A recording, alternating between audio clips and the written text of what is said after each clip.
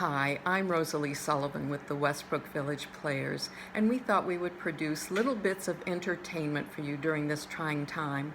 Today I've chosen a poem with which you are probably familiar. It's by Lewis Carroll, and the characters in it are going through something that we're going through at this time, looking for something to eat.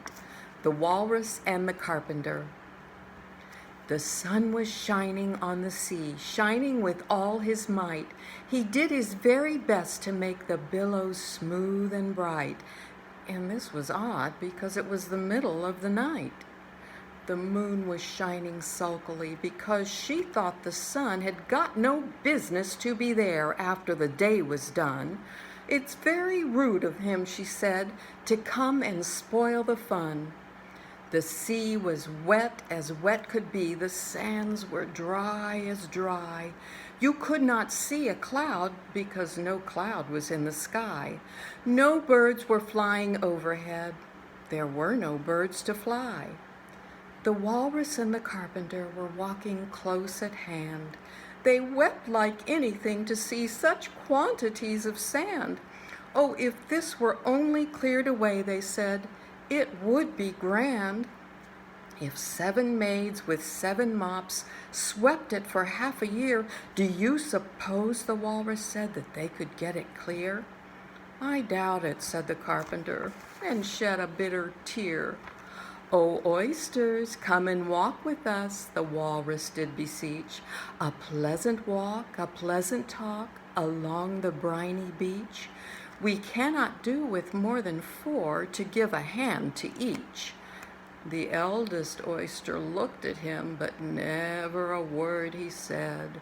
The eldest oyster winked his eye and shook his heavy head, meaning to say he did not choose to leave the oyster bed.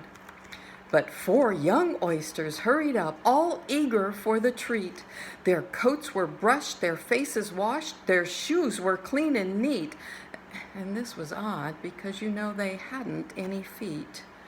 4 other oysters followed them, and yet another 4. And thick and fast they came at last, and more and more and more, all hopping through the frothy waves and scrambling to the shore. The walrus and the carpenter walked on a mile or so, and then they rested on a rock conveniently low. And all the little oysters stood and waited in a row.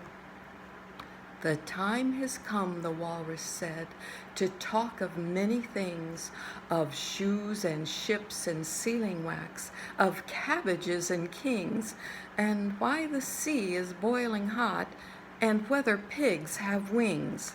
"But wait a bit," the oysters cried, "before we have our chat, for some of us are out of breath and all of us are fat." "Oh, no hurry," said the carpenter.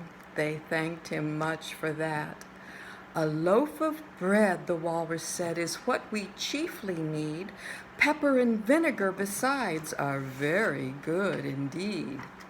Now, if you're ready, oysters dear, we can begin to feed." "But not on us," the oysters cried, turning a little blue. After such kindness, that would be a dismal thing to do. "The night is fine," the walrus said. "Do you admire the view? It was so kind of you to come, and you are very nice." The carpenter said nothing but, "Cut us another slice. I wish you were not quite so deaf. I've had to ask you twice."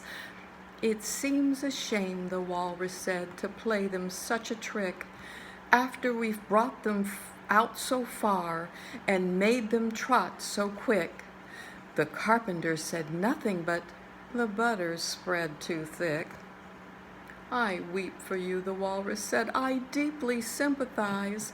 With sobs and tears he sorted out those of the largest size, holding his pocket handkerchief before his streaming eyes. "Oh, oysters," said the carpenter, "you've had a pleasant run. Shall we be trotting home again?" But answer came there none. And this was scarcely odd because they'd eaten every one.